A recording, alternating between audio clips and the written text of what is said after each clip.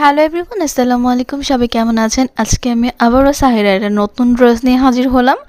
আজকে আমি ড্রেসের কাটিং ভিডিও শেয়ার করব। দেখুন কত সুন্দর একটা অর্গানজা কাপড়, আর কাপড়টা এত গ্লেজ দিচ্ছে।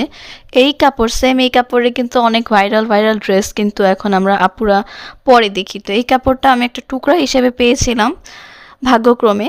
তো বড় টুকরো পাইনি, তো এখানে মাত্র 1.5 গজ বা 2 গজের টুকরা পেয়েছি, যে কারণে এই টুকরাটা দিয়ে আমি সাহিরের জন্য আজকে একটা গাউন বানাবো, মানে শর্ট গাউন। ঠিক আছে, দেখুন। আর এটার সাথে আমি সুতি একটা গোল্ডেন কালারের একটা আস্তরের কাপড় নিয়ে আসছি। আমি আসলে সেম পাইনি, ভেবেছিলাম একটু গ্লেজ দেওয়া এরকম শার্টিং কাপড় পাবো হয়তো, কিন্তু পাইনি। তো এই কারণে সুতি কাপড় দিয়ে আজকে এই ড্রেসটা বানাবো। তো এখন আমি এই ড্রেসটা কাটিং করব। এই কাটিংয়ের পরে আমি কিন্তু ভিডিও শেয়ার করব, মানে সেলাই ভিডিও শেয়ার করব। তখন দেখতে পারবেন যে ড্রেসটা বানানোর পর বা পরার পরে কেমন।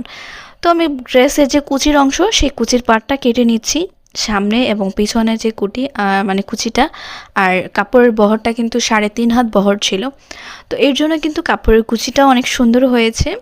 তো এভাবে আমি অনেকগুলো মানে কুচি দিয়েছি। এখন আমি কুচির যে পার্ট, মানে ভিতরে যে আস্তরের অংশটা কুচির, সেটাও কেটে নিচ্ছি লম্বা হিসেবে।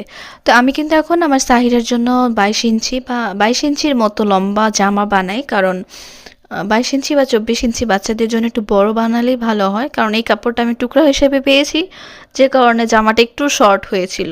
এখন আমি বডিটা কেটে নিচ্ছি, আর বডিটা কিন্তু আমি প্রথমে আস্তরের কাপড়টাই কেটে নিব, মানে এখানে প্রথমে আমি মার্কিং করে নিচ্ছি ওর বডির লম্বা, বডি, এরপর পেট কতটুকু থাকবে, হাই মোহরা কাঁধ, এভাবে মেপে পরে পিছনের পার্টটাকে আমি বিছিয়ে কেটে নিব। পিছনের পার্টে যেহেতু আমি চেন দিব, তো পিছনের পার্টটা আমি 1 ইঞ্চি বেশি রেখেছি। আর সামনের পার্টটা তো নর্মাল থাকবে, সামনের পার্টটা নর্মালি, ঠিক আছে।